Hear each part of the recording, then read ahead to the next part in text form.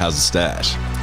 Glorious. That's what I'm talking about. This is StacheCast. Let's go. So work that waiver wire, make those trades. Do what you got to do. Let's go. Don't be a quitter. Don't be a quitter. Come on. Do you even want to win? Jared's like, I'm going to drink a beer a hole, and then does. Now you get to date your favorite color. Played the School of the Blind 3 you times. You nobody. All girls school. Way to go. You're playing nobody. So they got 11 guys that want to kick your ass too. Nia Long, man. Nia freaking Long. It has been uphill both ways through shit creek. I'll be naked, passed out somewhere on the floor. Hopefully it's just my own room. Their offense is great. Their defense makes me want to shit down both legs. I'm not playing for the next 2 hours. Bring me some chicken. He's not superstitious, but that sumbitch is a little stitious. I'll tell you that. There ain't no doubt about it. StacheCast, baby. Let's go. StacheCast Season 2. Welcome back to StacheCast, presented by Nashville Stash, right here in downtown Nashville. We're so excited about this season of StacheCast, but before we get started and talk about any of the things that we're really excited about, I want to take a moment and send our thoughts and prayers to Tamar Hamlin, his family, his teammates, the Bills Mafia, and NFL fans, around the world who were watching Monday night as he collapsed to the ground after what seemed like a routine football play. He was resuscitated via CPR and AED on the field, and then again at the hospital after what they're calling cardiac arrest on the field. As of right now, when we're recording the show, he's currently sedated and listed as in critical condition, although his uncle has passed information on that his oxygen levels have improved, but he's still in the intensive care unit in Cincinnati. So again, our thoughts and prayers go out to Damar and his family. He fights literally for his life. That's all we know. And we will continue to pray for him and his family, because as so many have mentioned so far, his health and his well-being are all that matters right now. So with that, we hope that he will please be okay. Please.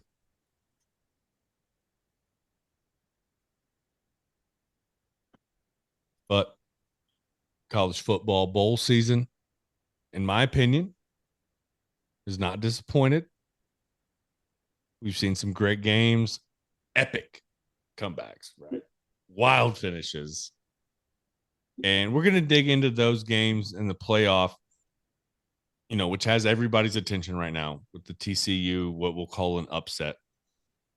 But predictions, breakdowns, shower thoughts, and lots more in this second season of what's proven to be what is exactly what we thought it would be, is a absolute ridiculous sports show.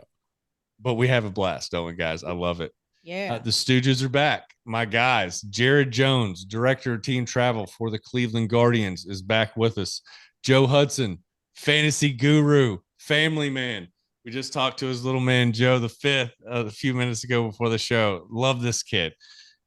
Also the creator of all the music that we use here on StacheCast.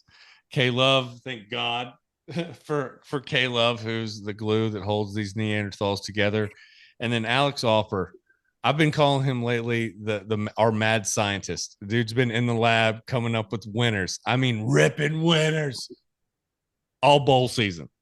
It's been crazy. We're going to get into since Thanksgiving, really. I mean, dude's been just going nuts. Lean back. Take it easy. Enjoy that. Enjoy the flowers, my man. 8-1 on money line bowl season picks. 3-1 on the over-under. Put your feet down. I hate the underneath of your shoes. But man, that's an incredible run. And that's just the picks that we posted. So follow us at Nashville Stash on all the social media platforms. We do put out a lot of our picks that we do for NFL Pick'em. We've been doing college bowl Pick'em as well. Alex put out his video about all of his locks for the bowl season, which we'll get into in a little bit, about his heater and how he went lights out for the bowl season. And if you didn't follow his picks, then you left money on the table. There's no doubt about it. So we'll get up with that. But I mean, right now I need to know, Alex, what were you doing to come up with these picks? Were you, what was it, a coin flip? Did you ask the girlfriend?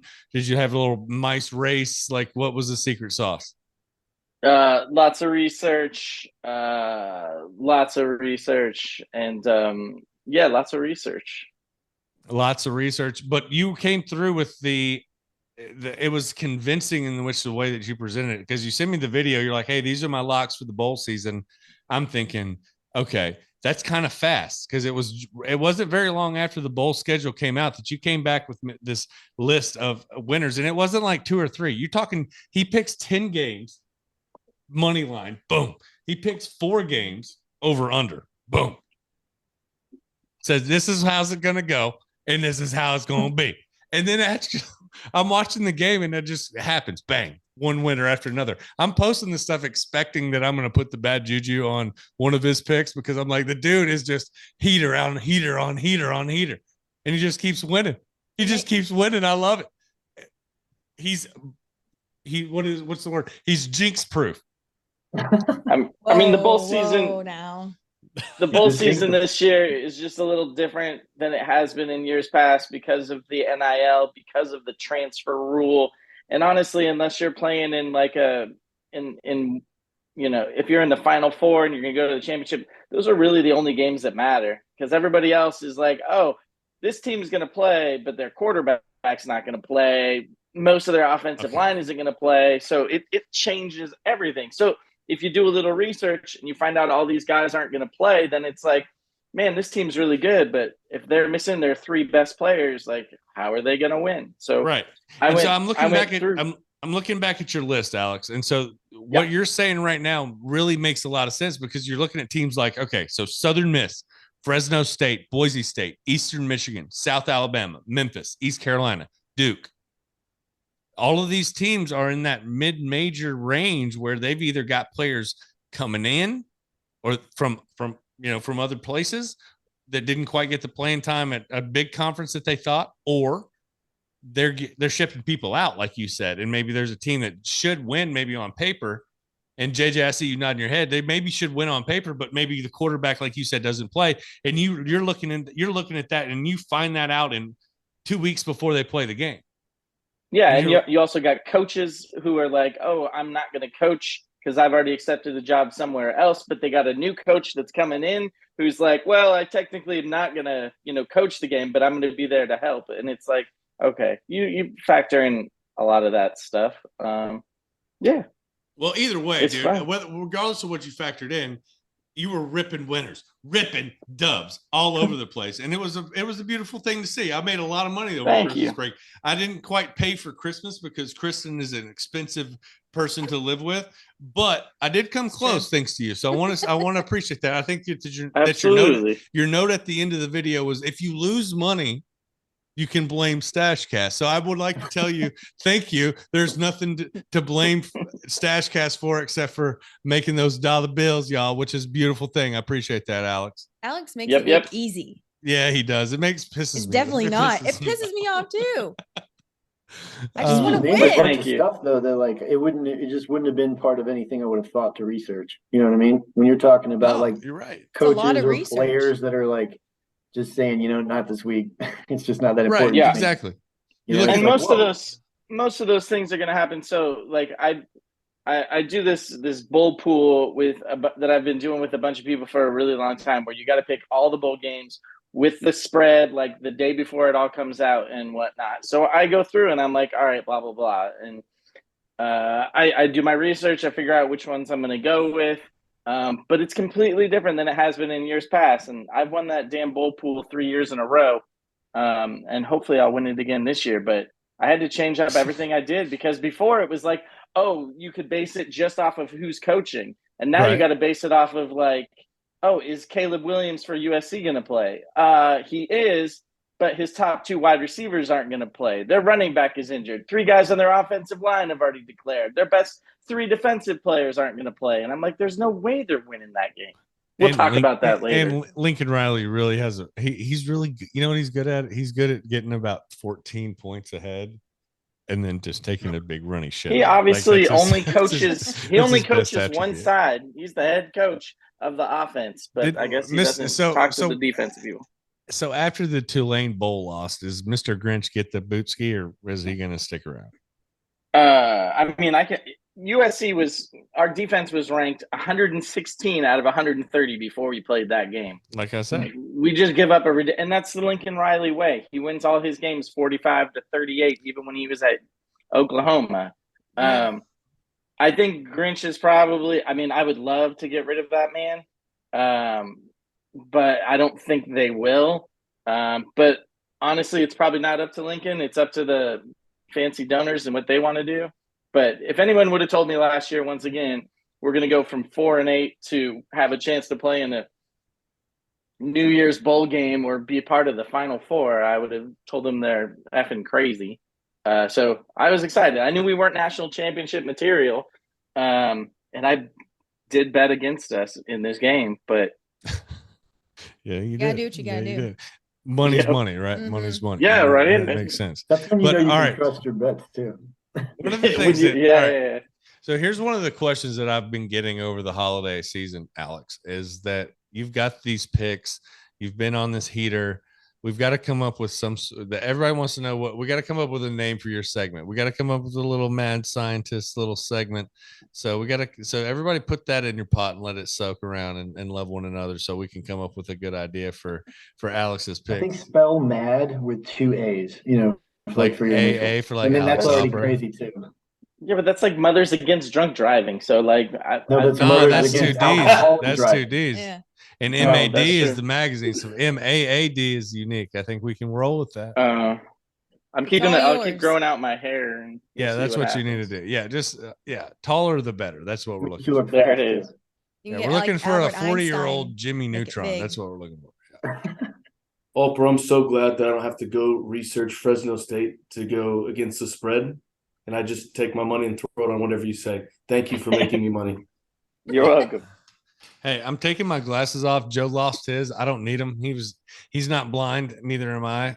Alex may be, but Yeah, see, I just wanted to see if I thought could get all you guys to wear glasses. we all wore Yeah. glasses to start the show because we thought it would be fun for Joe, and then he bailed on us. So, I'm the only smart hey, one. so speaking of mad scientists, do we like mad scientists? Do we like that? Is that something that we like, or is that something that should we change that? What should Alex's nickname be? I feel like that's something that we should kind of. I'm gonna work on group. it. We can take some recommendations from the audience should they. All right, so you're decide willing to take suggestions. Send it to it. Yeah, but as a copywriter, I would like some say in it if you're not opposed. Yeah. All right, yeah, we won't let it just some. Fair enough. So I'll pick your nickname that we go with forever and ever. Amen.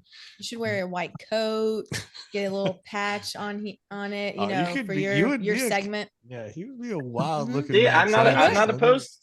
I think we mean, can I'm not make that opposed to happen. those things. That hair, see?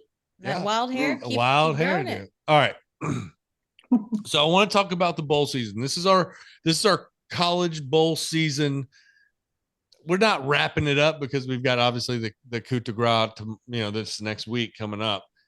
But the bowl season, for all intents and purposes, is over with. What was the biggest game that stood out to you, JJ? I feel like I'm kind of curious as to what you think because I don't want to guess. TCU, Michigan. I doubled down at bet Michigan money line, Michigan against the spread, and put that on a parlay because I thought it was the lock of the century. And I have a lot to say as we talk about Michigan TCU. But well, let's go. What do you got? Let's break that baby open. I'm not. Don't wait on it. Let's hear it. like, what Let's the hell's go. going on with Jim Harbaugh? Even his dad's looking. He's like, his dad's disappointed. He's like, what is it? Can he not get over the hump? Like, I just. Dad.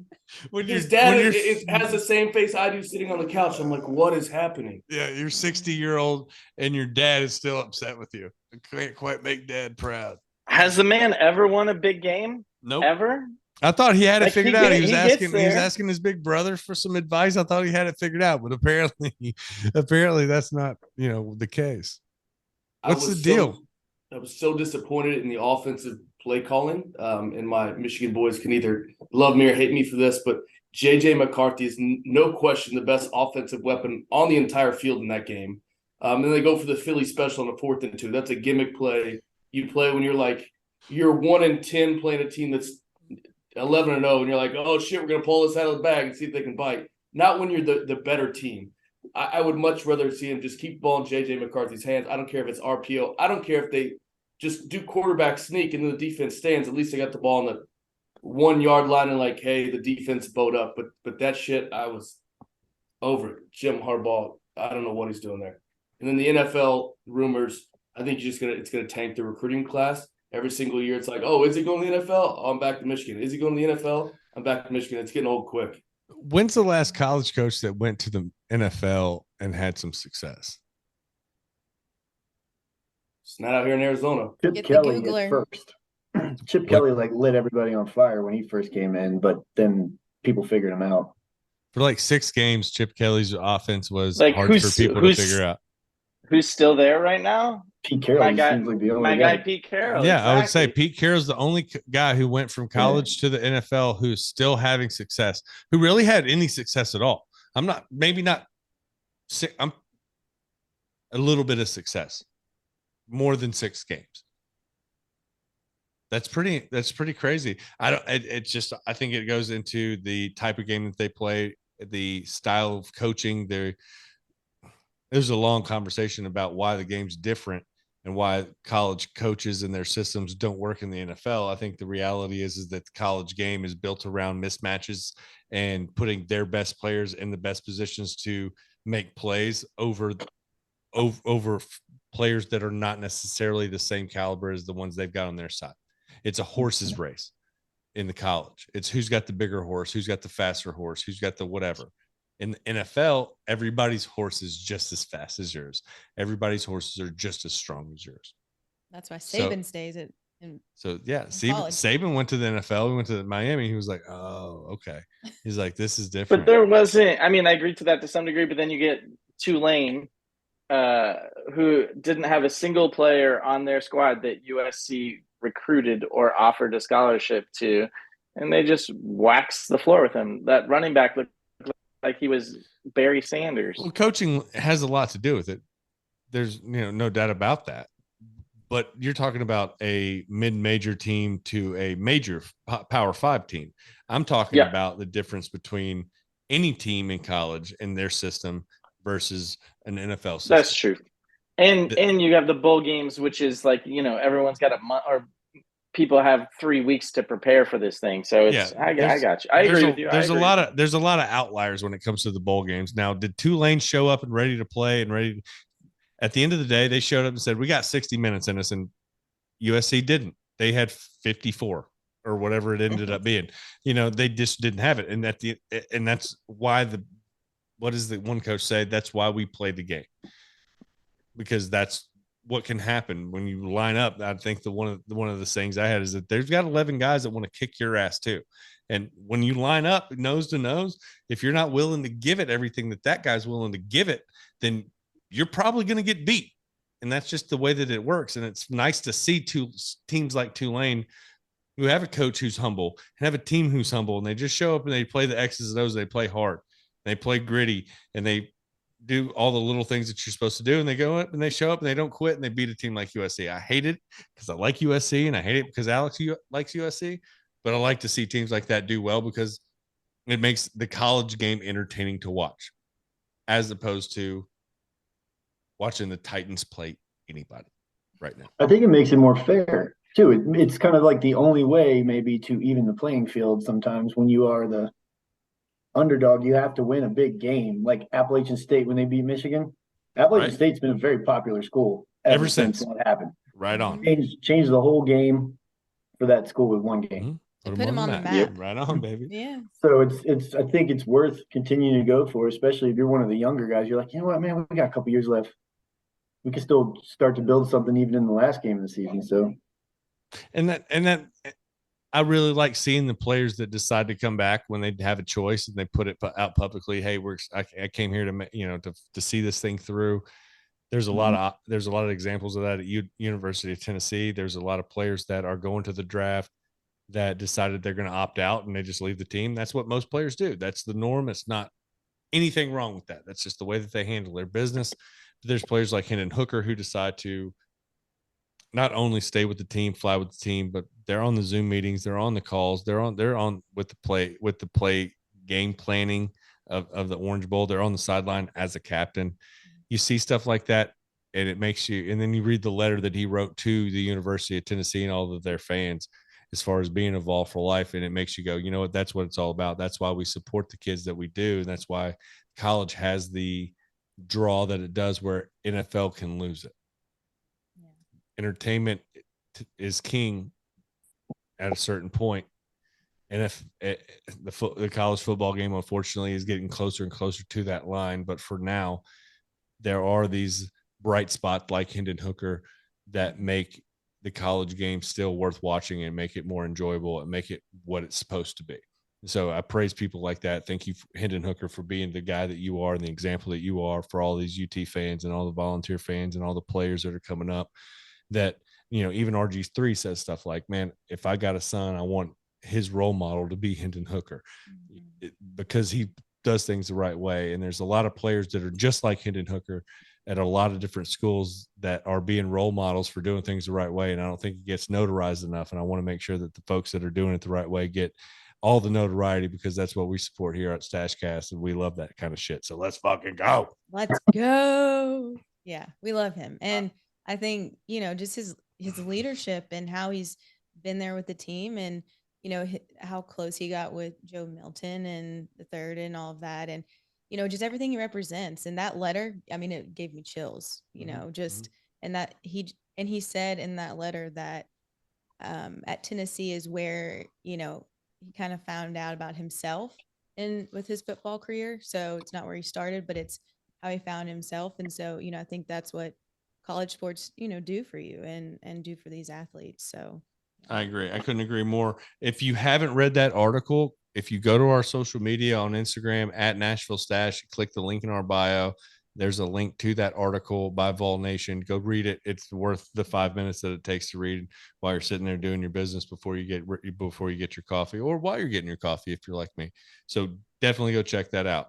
Joe, you didn't watch very many games. Did you see the Tennessee Clemson game? I saw a part of it. I had kids around. So. Yeah, a lot of kids around. JJ. Joe, did you see the best part, Joe? Sorry to interrupt, and I hate to bring you guys down, but I love to bring down some Tennessee.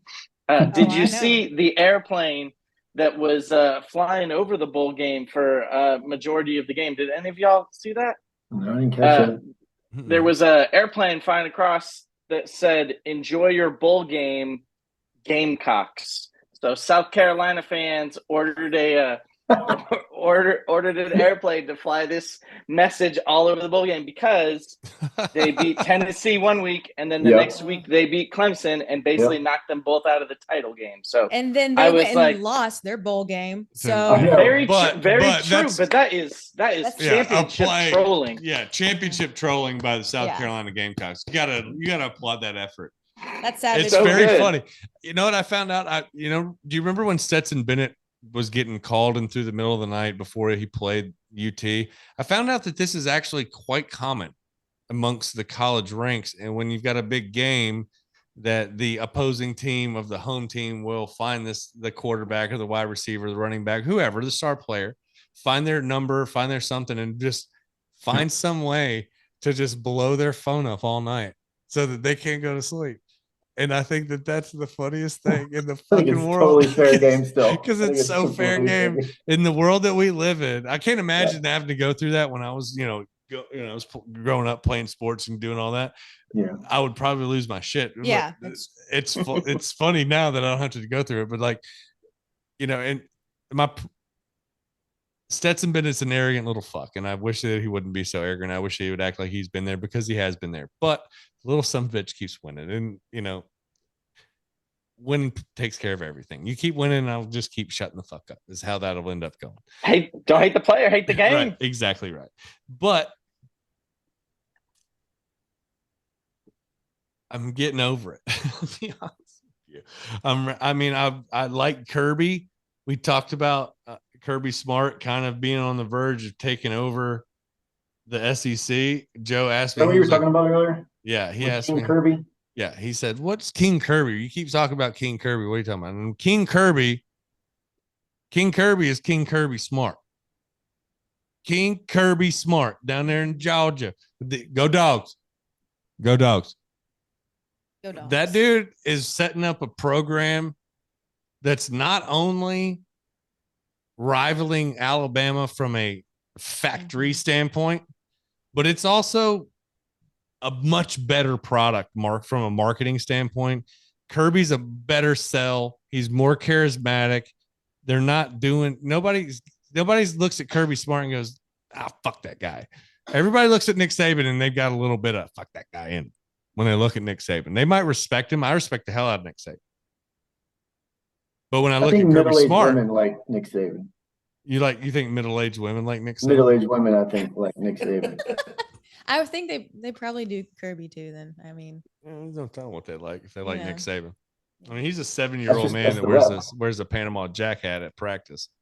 did you see Kirby's face though? I feel like he was the most unhappy winning coach that I've ever seen after a big, huge Yeah, playoff game. Like he he just looked pissed, even though he won and is on stage and celebrating, but you could tell he was like, that was a terrible game that we played and we can't win the big one if we're going to play like this. And then getting into Stetson Bennett's butthole. That was He had that we on got field. lucky. He had that we got lucky look on his face, and he had that look. Yeah. And I don't know if you watched a Yeah. little post I put on Instagram where I was pretending to be Kirby Smart talking to Stetson Bennett at halftime. But yeah, he was saying like, "Listen, you little fuck, Like you need right to, out at you need to halftime. quit that shit. Like, you need to stop pretending like you're. Hey, this mailman stuff that's fun and games in the papers, but right now you need to hand it off to the guys who can actually play football. Yeah. Quit this noise." And at the end of the game, he was like, you got away with one. You got away with one. You pretty much got away with murder. You played like shit until the last 5 fucking seconds. So all this, rubbing your head and acting like you're the king of the world because you had ended up with, almost 300 yards or whatever the noise is. Like, stat lines don't tell the whole story. Don't get confused, Mr. Bennett, that you had this unbelievable game because you almost put our fucking ass in the meat grinder. So next week you need to get it figured out. And I ain't talking about now. I'm talking about right damn now. Cheering for Georgia for sure. Let's go. Let's go. So I feel bad I for that usually- kicker, man. Yeah. I usually don't bet with my heart and I wouldn't recommend anyone else. First of all, you never want to bet on your own team. You can bet against your own team, or facts. potentially if your team is not favored and you're getting some points, that's not necessarily horrible either. But I bet with my heart, Mississippi State, Illinois. Mississippi State's coach, Mike Leach, passed away a couple weeks ago. And I was like, and that guy's incredible. Half of their helmet was a pirate with his initials on it. It was fantastic. The spread of that game was 3.5 at game time. Yep. They end up taking they kick a field goal to take the lead with I don't know, less 4 than a minute seconds. to go. It was like 4 Something or seconds. other. And Illinois is like, all right, we're going to put on the NFL blitz play and try to throw the ball behind. And the Stanford, the Panthers on the field type of play, right? And up above, Mike Leach was like, no, some pirate shit is about to happen. And Mississippi State ends up taking the ball, intercepting or whatever, picking up a fumble and running all the way back down to make sure that they end up winning by 9 and covering the spread. Mike Leach, championship work from the grave, man. There you go. I think Good one of the memes I saw said that Mississippi State they trailed for 59 minutes and 56 seconds of the game and won by 9. He said Mike Leach would have it no other way. No other way. Yeah. I love No other everything way. about that. Those helmets, though, were absolutely sick. I loved them. I Those were loved the little cool. pirate out. Plus, they got to play in a stadium that had a pirate ship in the stadium. That's so It just all cool. came together very beautifully. Unfortunately, we are going to miss Coach Mike Leach. He didn't have much to say in his press conferences, but they were all the few words that he did choose were always gold. And that guy, I loved His everything coaching about Well him. tree. liked. And yeah, the tree, all the branches off of his coaching tree, and the mark that he's made on this game, we'll probably never see the end of it in our lifetime. And I think that's a beautiful legacy for somebody to have. So rest in peace, Mr. Bleach. And we'll look forward to watching the air raid offenses probably eventually take over every aspect of football at every level. So with that That's being true. said, The last game that I got to talk about, which started in 2022 and ended in 2023, was the Ohio State game, and I took them plus 6.5. I knew they would lose, but I didn't. I knew they wouldn't cover, and for that poor field goal kicker to kick that ball, he technically kicked it in 2022, and as soon as the ball dropped, literally the ball dropped. I know it synced up perfectly. Well, it not was perfectly, incredible, imperfectly for him. Yeah. I guess we always say that, here's what we say at our house. We all say you had one job, right? Yeah. That you had one job. But I've never tried. I've only tried to kick field goals in practice when I was a teenager, and it's not easy to do.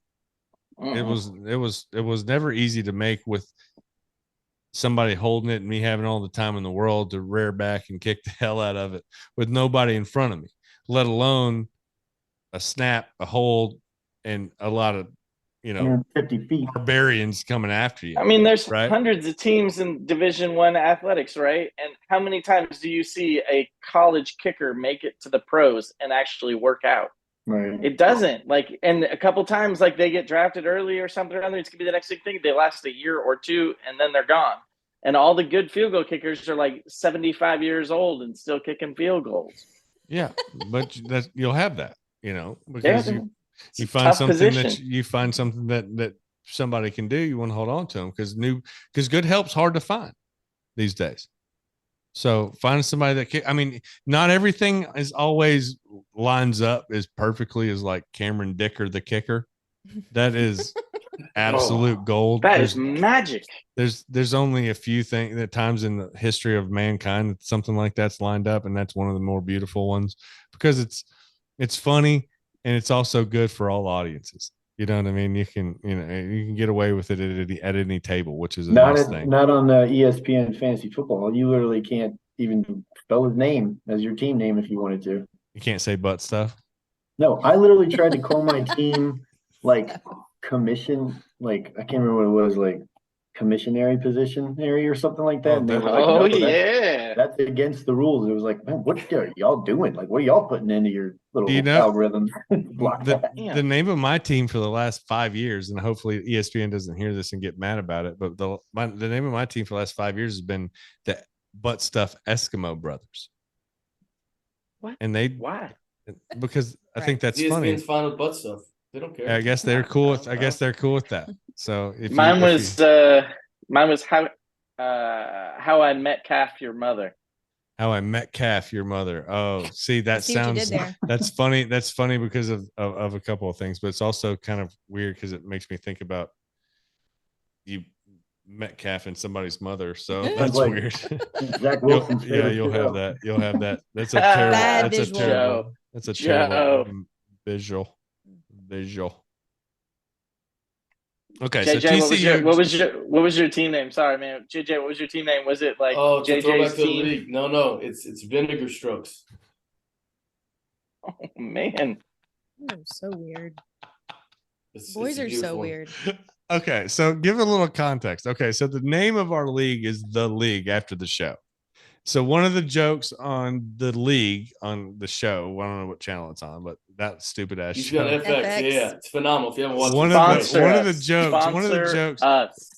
of the jokes is seeing somebody's vinegar strokes, and JJ has made that. JJ's decided to make that the name of his fantasy football team. He's been the Vinegar Strokes have won the league. Believe it or not, the Vinegar Strokes have prevailed. I guess it's a match made in heaven. Yeah, you'll have that on them big jobs. Hey, speaking of good names, did you guys watch the Barstool Bowl? No, and Arizona Bowl where the dudes were. I just saw what's his name. I saw a belly. I just saw what's his name. The dude who says Jersey Jerry running across the field and losing his microphone. That shit was funny as hell. So starting center for Ohio is on the all-name team for me. Number 69 is Parker Titsworth. I tuned in just to root for Parker Titsworth. I was like, hope he has so many pancakes. Jared, you would. Yeah, that's fun. This is awesome. That's That's all part of it. You got to root for the guys that got good names. So I'm going through here. JJ, you lost your ass on TCU. Oh yeah, not which even, is not even close. it is what it is. Let's look forward to the national championship game a little bit. How do you see TCU holds up towards Georgia? I'm gonna try to win my money back and put it against Georgia because that's SEC football. I think they played like they just didn't play how I've seen them play most of the year. Outside of what they had a close game against Missouri, there was another outlier early in the year. But as we talked about, King Kirby's face, I think it said it all. I think Michigan should have won the game against TCU if they had good offensive play calling and Jim Harbaugh pull his head out of his ass for once in a while. So I'm still going to ride hard Georgia, not a TCU guy. But I mean, Harbaugh lost his last year's Easter egg every time he gets in a big game. He's just staring off. He don't know what he's like every single time. And you're putting your money on it. What's that? I mean, you're still wearing the hat that you made for my bachelor party. Like that was months ago. What's that say about you? That's a good looking hat, though. That's a good looking hat, though. That's a good looking mug on that hat. A lot of good times were had in Vegas on that trip, no doubt about it. But seriously, though, so you're going to double down on SEC school. You're going Georgia. Has the spread come out yet? I haven't even looked. It's 12.5. Oh my God. You're going to take 12.5 in a championship game? Here's to Joe's point. If they win by 12.5, then fuck college football, because that's kind of bullshit. You've got the two best teams are playing and it's a 12.5 point spread. That's ridiculous. It sounds TCU's been in close games though, right? They've been in a bunch of close games this year. Pretty good. Yeah, but Georgia was up by Georgia had a very bad fourth quarter, and I know the game is 4 quarters long, but they were up by 18 going into the fourth quarter, and then they just laid a duck. So for some Georgia guy like Luke Bryan or someone to that stature is going to put like $25,000 on Georgia, and that spread's going to go down to like whoa 4.5. Oh, Mattress Mac. Yeah, there you go. There you go. 1.5 million, right? Yeah. $1.5 million on TCU. Mattress Mac has made it public. You might as well jump on that bandwagon, because if you're not buying furniture from them, you're losing money. You either go buy your furniture, and if you lose, it's free. This dude is a marketing genius. If you're not backing Mattress Max, you're losing money. It's like this: you either follow us and you follow Alex's picks and you win your money, or you don't and you lose money. Those are the facts. It's easy. It's simple. I mean, 1, 2, 1, 2, 3. It's easy. So Mattress Max likes TCU plus 12.5. I think you'd be a fucking idiot not to take those points in the national championship game. Alex decides not to. Our mad scientist has got to go put it through the fucking calculator and let me know what is the right play. But until he tells me otherwise, right now, I like TCU plus 12.5. That's how I feel about it. Did you also see that there's no tailgating allowed in the parking lots at the SoFi Stadium for the national championship? What's that about, Alex? Oh, well, first of all, if you've ever been in a SoFi Stadium parking lot, there's not very many of them. None of us have. We live in Nashville. Oh, that's right. It's like SoFi is incredibly nice. It's huge. You can easily get lost in there. There's more luxury boxes than I've ever seen ever. But that's what happens when you have $1 billion stadium. But let me ask you this, Alex. Hold on. The parking outside is a disaster. Regardless, they say no tailgating. Because there's no parking, there's nowhere to park. It's all basically dropped off by Ubers. It's some parking lots, but I doubt fans are allowed to park in any of those spaces. I don't know. It's an LA thing. Everything's valet. You can't tailgate at Dodger Stadium either. You can't tailgate at Angel Stadium. I knew that, but there's nowhere to park other than in the parking lot at Dodger Stadium. Same thing at Angel Stadium. SoFi, it doesn't even sound like there's anywhere to park if you're going to the game. I mean, they have parking lots, but yeah, so it actually not said for the amount of people that are going to there. Yeah, but they said they do allow tailgating for certain special events and certain games, but this is not one of them. because they do actually have, Yes. because you have to have like a parking pass and all that. It's a They want national you to go championship. How's inside it and not- how's it not spend a money big on enough beer. game? And It's just a business decision. Yeah. A bad you're one, trying, but you're good. trying to tell me that It's if a I go terrible get a one. 12-pack of Coors Light and walk around like I did in Vegas and just go walking into the parking lot of SoFi Stadium, the fun police, which I guess is LAPD, are going to come arrest me for having a beer outside the stadium? I think it's going to be $170 ticket or something or other. So Nothing. you're saying guys aren't drinking Coors Light? Is that what you're That's a calling? lot of shade? people to try and police from drinking. A lot of inflation. Tailgate. That's the epitome of college football or football in general. You tailgate. They Hey. go hand in hand Yeah. like peanut butter and jelly. Totally agree. I agree. Peanut butter and jelly. They want you to go inside and buy their $19 beer. That's crazy. Hey, you're not wrong about that. It's funny. It's like It makes sense. that for was California. one of the things. That's one of the things I was like, I got Alex and tickets to a Dodger game thanks to JJ one night. And he was like, "Hey, appreciate the tickets." He was holding up his like, "Thanks for the $19 beer." It's like, yeah, I know. Like the ticket probably cost less than the beer did. You know what I mean? But Second most expensive beer in baseball. JJ, who has the most expensive beer in baseball? There's no way it's Cleveland. Is that where you're coming to me sideways? Oh, with no. that? Oh, No. Definitely not No, Cleveland. I feel like there's you would no know that. fucking way. it's got to be New York, right? It's not New York. It's not. It's not LA. How much does beer cost in Canada? Toronto Blue Jays? No, not Can't in imagine Toronto. Kansas. Where there's no cup holder at your seat, but no Let us know. I've done Florida? no more guesses. more. It's San Francisco. So 1975 for a It bird. really is? For That's one beer? crazy. That's For crazy. one beer. All right. Yeah. Well, I'm gonna go. For a premium beer. I tell you this. Here's what we'll do.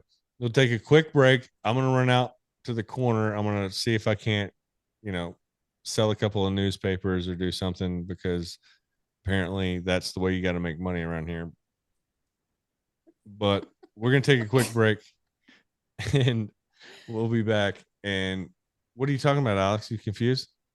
Yeah, sponsor us. Newspapers? That's where all the money's at, right? Newspapers now? Did you We not should know Take that out an ad. Take homeless, out an ad pe- in the newspaper for the StacheCast. homeless people sell newspapers in Nashville? Oh, really? Instead of just begging for money, they sell newspapers.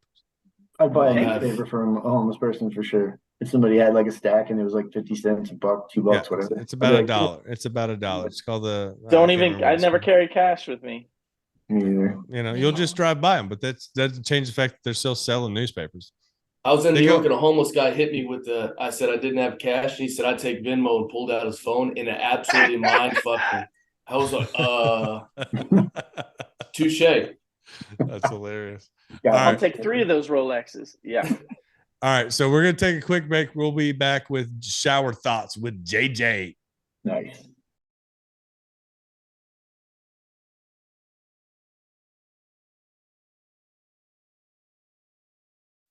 Shower Thoughts with JJ. So when do you decide it's time to replace your underwear? Kids today have no idea what the grind that dial-up internet is. They're there to cradle my taters. So until they're not cradling my taters, I'm rocking with them. They're holding my tater set. That's when it's time for underwear replacement. Showed a little side boob, put a computer in the family room and watch that kid grow through adversity. Vagina stories. Hey, why's the printer out? And I scooted. She woke up to me with my hand in a bag of Cheetos. I was stumbling and bumbling. 2 tall boys to get a shot. You got to stop pooping your pants. And I trusted a fart and lost.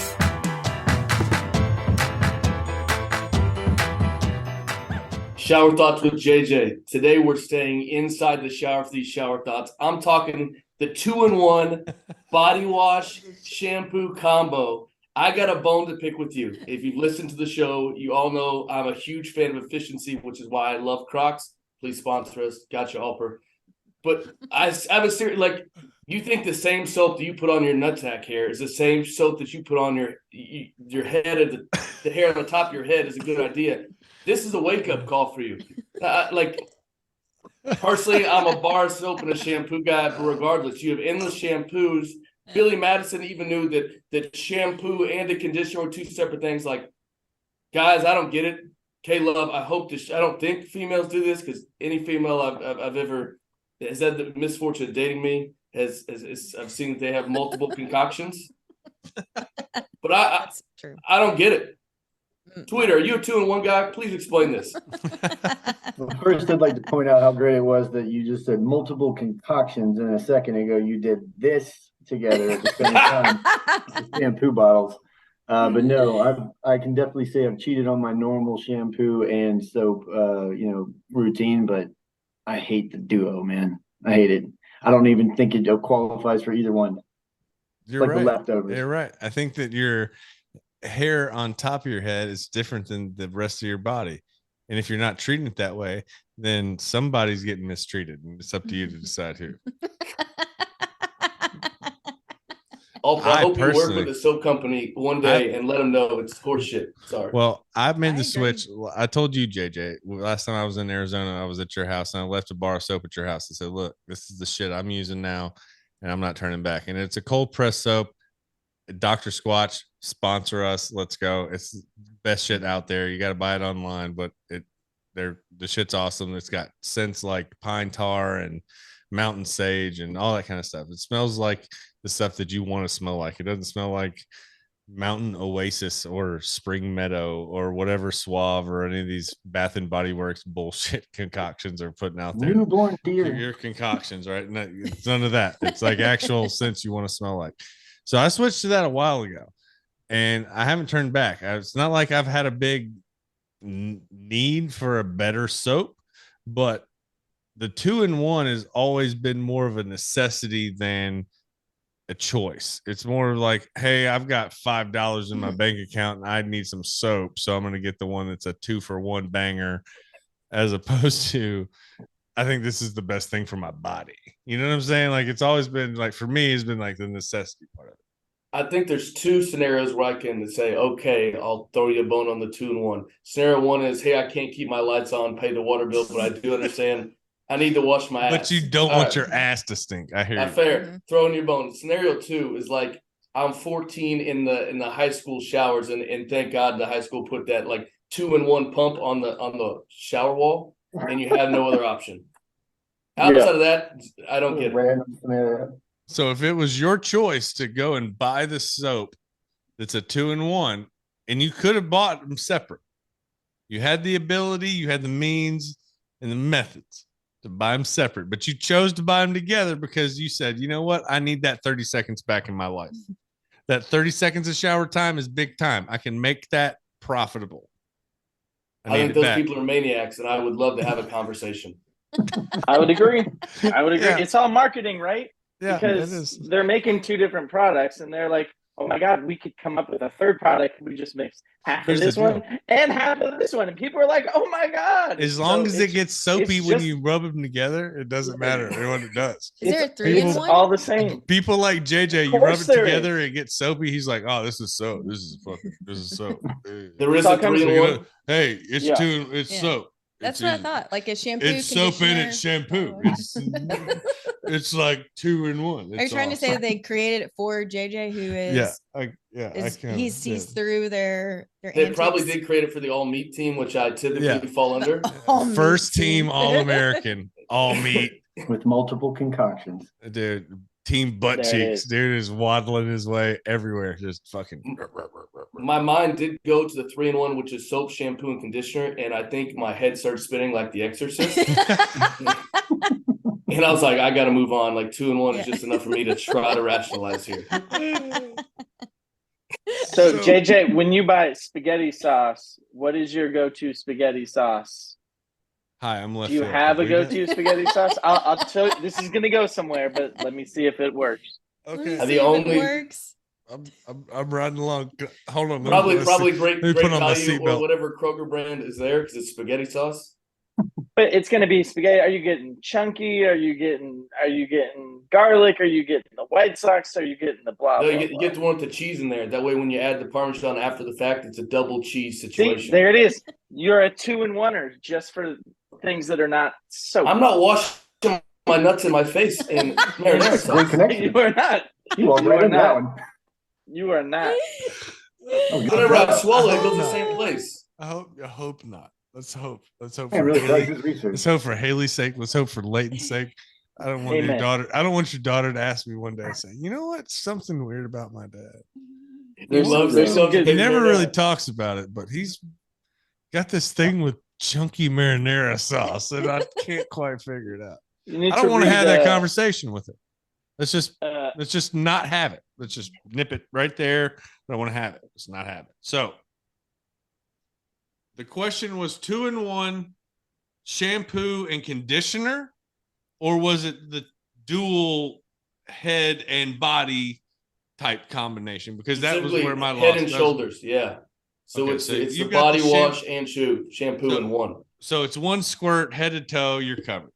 That's the shit you can't get behind. I got you. I think that as long as somebody like you is putting anything that's got a color and a scent to it that gets soapy when you rub it together, I think we're money, because you're the kind of person who trusts a fart and shits his pants. So as long as you're washing your ass, I'm happy and I'm all for it. So that's kind of where I stand on the whole. I'm actually on the Dr. Squat strain too. It definitely doesn't work for girls. What do you do? A whole regimen with my concoctions. Yeah, she's got stuff on different levels. All I got two things. I got one soap and a thing of soap, and for my head, and I don't have much hair, so it's like a pointless bottle of soap. I might as well use a bar of soap for everything because that's what we're working with.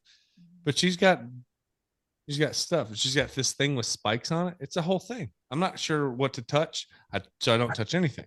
It ain't easy. No. It ain't easy being me. Tell you that. I mean, look, I was cleaning the shower. It ain't easy being cheesy. You know what I'm saying? It's true. I was cleaning the shower yesterday because we have an open house on Saturday, and I was looking at all these bottles of, I don't know, God knows what product my wife uses. And I was like, this just, when I say concoction, because there's like 15 bottles to do. I don't know what the fuck they do, but there ain't no 2-in-1s. Nope. No. There's a special trip to a special store for the special size of the stuff, because you don't want to get the 1.6 ounce. You got to get the 2.4, because I don't want to buy the one that's 2.6 because it's a little bit too much. It's like $45, but the 1.6 is like $28, and I'll do that because I don't want to spend too much on it. But it's something I wear every day, so it's something I got to do. Have we had this conversation? Okay. We're all we're all wearing hats. There's only one of us that has some damn good looking hair. So whatever you're doing over there, Caleb, way to go. Because all of us are like, keep doing it. Yeah. Keep doing it. It's a win. I'll try. Well, as long as she doesn't treat me like Dana White's wife treats him, with Yikes. Cabo San Lucas. Let's go. What a little New Year's Eve party for our friend in the what does he run? What's the name of that deal? UFC. The UFC. Dana White got knocked out. Not really. He just got slapped like a bitch by his wife. How do we feel about that, JJ? What other president or CEO of any major sports industry can be caught on camera, or just in general, slap their wife or any female and still continue to operate? And double down on that. So she smacks him, if you watch the video. He smacks her in return. And then she steps away, and he full-fledged pulls his hand back and smacks her ass right across the face. And I was like, then he comes out that apology. It was unfortunate. Things had to get physical. And I was like, you're right. It is unfortunate, but like, this doesn't fix anything. No, it's unfortunate that it had to get physical. You're right. But I feel like in the last 24 hours, there's been quite a bit of rationalization towards misogynistic behavior when you start talking about Dana White and his wife, and you start talking about the accusations in the World Cup, or not necessarily the World Cup, but the U.S. men's soccer. And when it comes to men's soccer, I always defer to our resident experts, Joe and Alex. And Alex earlier, his response was, I am all over it. So Alex, catch me up on what the fuck is going on with these guys in soccer. Oh God, way too much that needs to be happening, and that just goes to show how behind in the times we are here at the U.S. Soccer Association.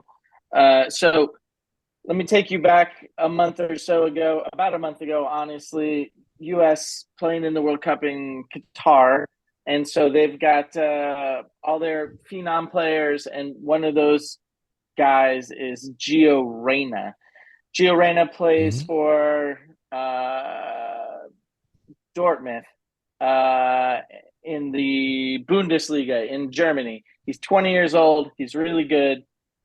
He played in qualifying for the U.S., so he's going to be on the squad. Everybody knew he was going to be on the squad. Well, when he came over to the Qatar, he kind of was playing like he's a hot shot in practice, wasn't giving it his all. And the coach, Greg Berhalter, Greg with 3 G's, he said, this isn't enough. You got to be given more. And like, he didn't take that criticism well. So he made the entire team basically, he made Gio apologize to the entire team and be like, I'm sorry, I wasn't doing this and blah, blah, blah, blah. But basically, the guy is really good, even though he's only 20 years old. And he played 7 minutes in the England game, and he played most of the second half in our last losing effort game in the knockout round. But all this came out later that Greg basically didn't play him, even though he was healthy, because he wasn't doing well in practice, even though he apologized to the team. Now, Gio Reyna's dad, Claudio Reyna, who not only was a coach of the youth squad, is now like player development for the MLS team in Austin, Texas. 3G Greg and Gio Reyna's dad, Claudio Reyna, were like best friends in college. Not only that, they grew up in northern New Jersey together. They went to the same high school together. I don't think they played on the same college team, but they basically both played on the U.S. men's national team together. They both ended up marrying ladies who played for University of North Carolina, also soccer players. And they basically have been best friends their entire life, right? All their kids are great, blah, blah, blah, blah, blah. Well, Gio Reyna's dad, Claudio, and his wife were pretty pissed that their kid didn't get enough playing time at the World Cup.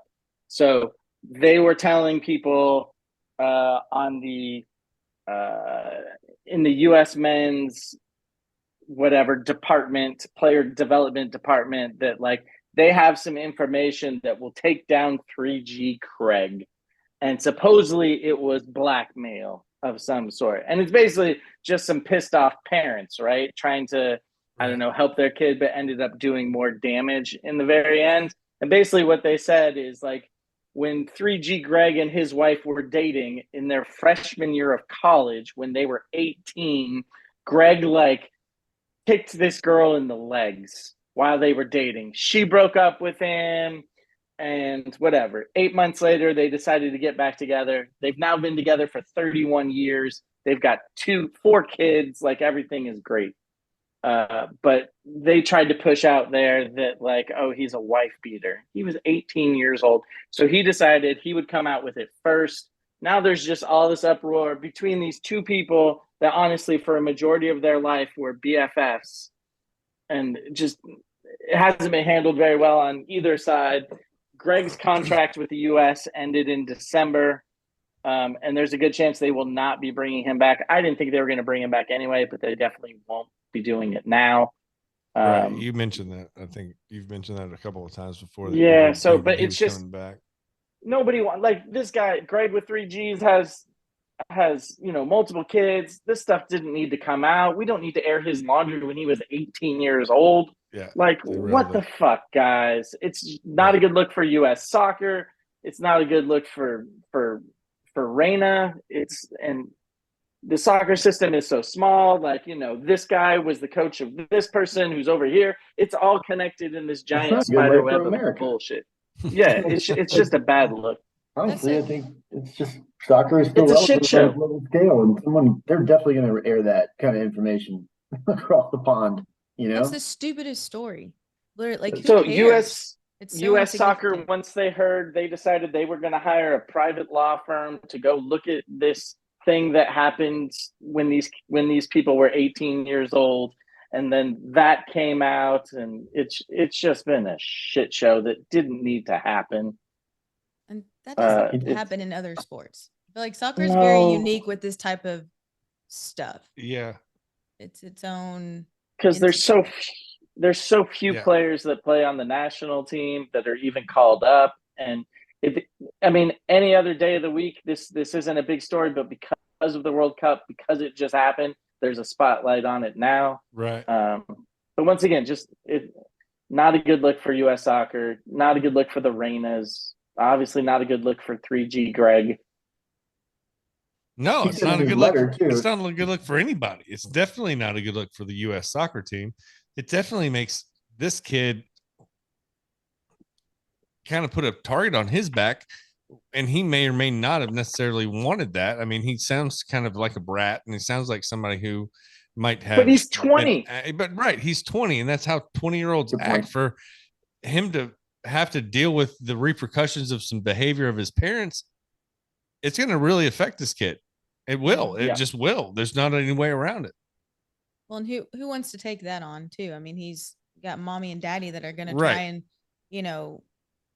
go to bat for him every time, or, nobody wants somebody with mommy and daddy issues. Exactly. This is big boy ball. We're playing big boy sports. This isn't daddy ball. Exactly. What your daddy thinks about how good you are at batting practice is irrelevant. You got, you know what I mean? The best players play. That stopped. We've moved past that. But we live in a society with this. Everybody gets a participation trophy. Everybody who's trying real hard should be acknowledged the same way. And that may be the case, that everybody's effort should be acknowledged. And I appreciate that.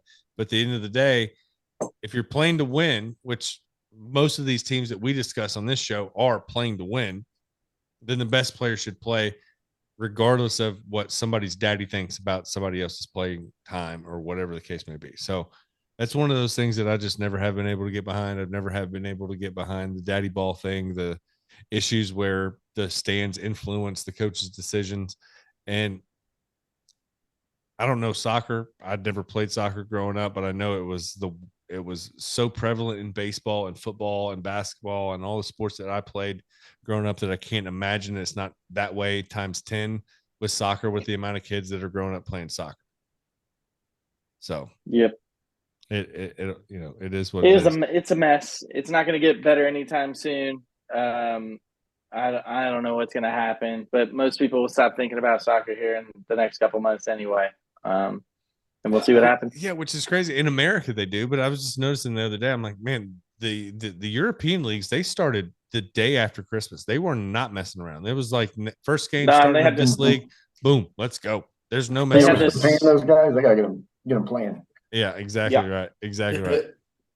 I mean, they got to generate that money, but it's funny because it's it's just like anything any other sport. If we had football year round, it would be that way.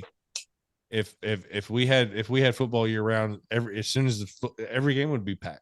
It wouldn't matter what time of year it was. This is the first time in history that the World Cup actually interrupted European play, so they have games to make up because of that. Because normally the World Cup is in June, July, not November, December. So when nobody wants to run 8 miles over the course of 90 minutes, because that sounds crazy, but they do it. They choose to do it. JJ, you just can't understand it. Still can't understand it. He looks at it and he's like, man, I hear you guys talking about it. I just cannot get there.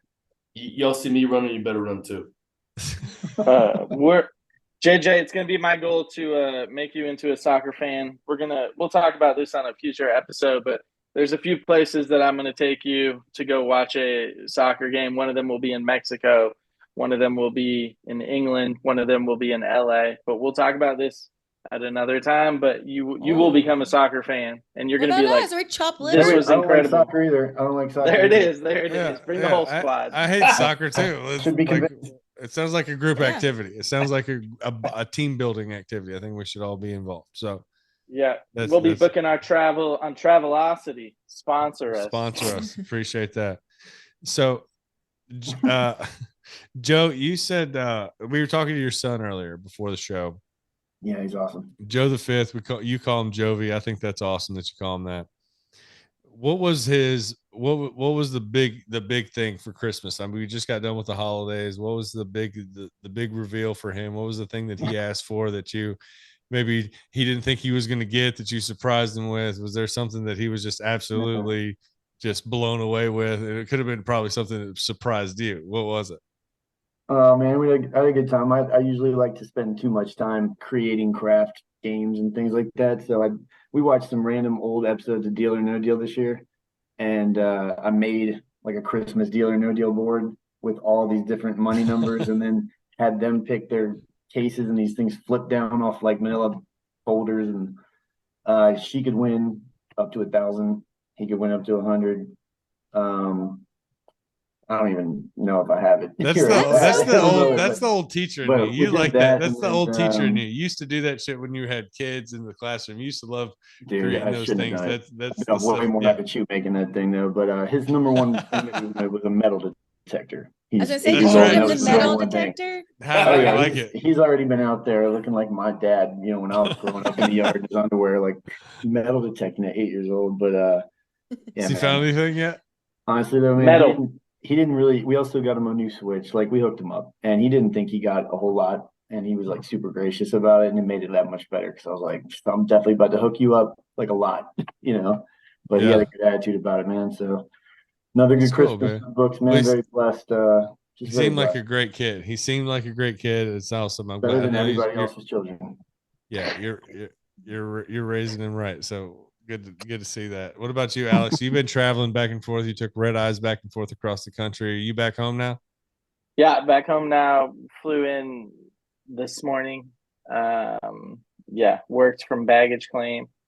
Yeah, holidays were great. There were 15, 16 of us at my parents' house, my brother's house, my Sounds like Home sister's Alone. house. Yeah, but it's awesome. We did my uncle is turning, I don't know, 60, I think, and so we did one of those barsicle things, which like you pedal on this. Yeah. It's got like 10 places for people to pedal. Granted, it was like 40 degrees outside. Those are and fun. it was way more of a workout than I thought it would be. Yes. Yes. Yep, because And I didn't have nearly enough time at each bar because like by the time you got a beer, it was like, all right, it's time to go. And it's like, well, shit, what is yeah. So but it was fun. It's just great to be around everyone. And then my girlfriend flew. You were in flew North down Carolina, or you were in North Carolina for that? Gotcha. Durham. And then Johnny the girl flew down, and so we spent New Year's with the fam. Yeah, it was great. Fun times. Good stuff, man. JJ, how was your last Christmas as a couple without a child? It was good. Last Christmas in its Arizona residence as well. So try to chill out, soak up the warm as much as possible before we next year eat the brutal Cleveland snow, as that didn't look very fun. Drank a lot. Same. No dirty britches, but Santa was on the same wavelength. He brought me a variety pack of Dr. Squatch, so he knows I need to make sure to clean my ass in the new year. There you go. Sponsor us. You gotta love a good soap variety pack, making sure that your ass is clean and for whatever might come. You might stay in the desert, you might go to where it's cold in Cleveland. You never know. So you got to be prepared for all things. So I'm glad that you've been equipped adequately. And they have deodorant, they have shampoo. Yeah, he's got sponsor it all. us. So. Yes, sponsor us. What about you two? Yeah, Come what on. about y'all? How was y'all's holiday? We had a great Christmas. We did some stuff with our family here locally, and we also traveled East Tennessee to see our Kristen's family out there in Knoxville. So I had a blast. Kristen, she hopes she'll pretend to tell you that she got everything she wanted. I don't know whether or not she did or not. Yeah, so I got, you see this little sparkle. Oh, jeez. Wow. These got these Yeah, diamond earrings. Can't really tell. So good thing we got that non-HD. I think that was all because of Alex's over-unders, man. Yeah. Yeah, Appreciate that, Alex. Exactly. Thank you for keeping me out in the black on that. Yeah, I guess I was good this year. You know, I got. She was good this year. My babies. So, yeah. So before we get out of here, we've got we're gonna be back next week for after the national championship to talk about that and everything like that, and hopefully have an update on what's going on in the NFL with Damar Hamlin and everything that's associated with that. But before we get out of here, I want some predictions for the national championship before we get out of here. Obviously, we'll post these picks before the national championship next week and all that. Also follow us on at Nashville Stash on all the social media platforms. I'll be posting our picks for the NFL as well as the national championship next Monday. But before we get out of here, you guys got any predictions? You guys got any feelings, any gut feelings? What are you guys feeling? Georgia. TCU. I'd really like TCU. And are we talking? We're talking winning the game. We're talking. Forget the spread. Throw the spread out the door. We think TCU wins the game over Georgia. It's a weird year already. Might as well just keep it going. Keep it going.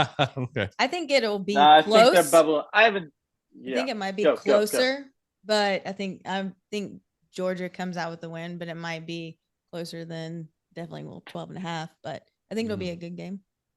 I got to do some research, put in my analytics, and figure it out. But just off the top of my head, I think TCU is the pick that everybody's heart, unless you're from Georgia, probably wants, because everybody loves the upset. Yeah, everybody wants the new team. I don't know if they have what it takes, but I was also on the JJ camp that I thought Michigan was just going to demolish them. So thank God I didn't put any money on that deal. But that's what everybody else thought. Sometimes you're wrong, and it does happen. Yeah, yeah. So I will definitely pass.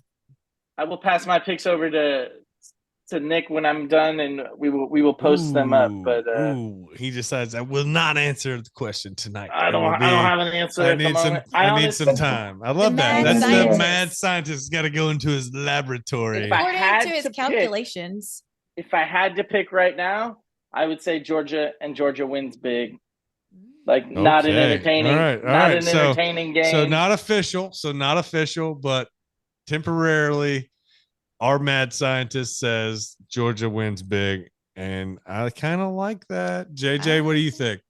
I go hard, go dogs. I need Mattress Max to keep putting money on TCU to change that line, because 12.5 is tough for me to swallow, which I don't really understand how they. All right, what's the number? What's the number you're hoping it gets to? Because it's not going to. I mean, 1.5 maybe max. Nah. I mean, it might get to 10, but I doubt it. It's probably 10.5 best case scenario. But 10.5, I'm all over it. 11, I'm fine. 12.5 is toughy. All right. Well, what do you think? As they say, that's why we play the game. Over under is looking 63 right now. We know JJ's all about the over. Yeah, that's a tough one though. But yes, I will. No, give me the over all day. I'm nothing but overs on this game. I feel like it's going to turn into one of those games where we're going to start seeing whose dick is longer, and we're going to score 75 easy. It'll be 38. It's 22. 38-22. Life's too short to bet the under. Amen, baby. Amen. Over. Take that shit to the under. Lock it up. Lock it up. All right. You guys, I'm so glad that you had a Merry Christmas. Have a Happy New Year.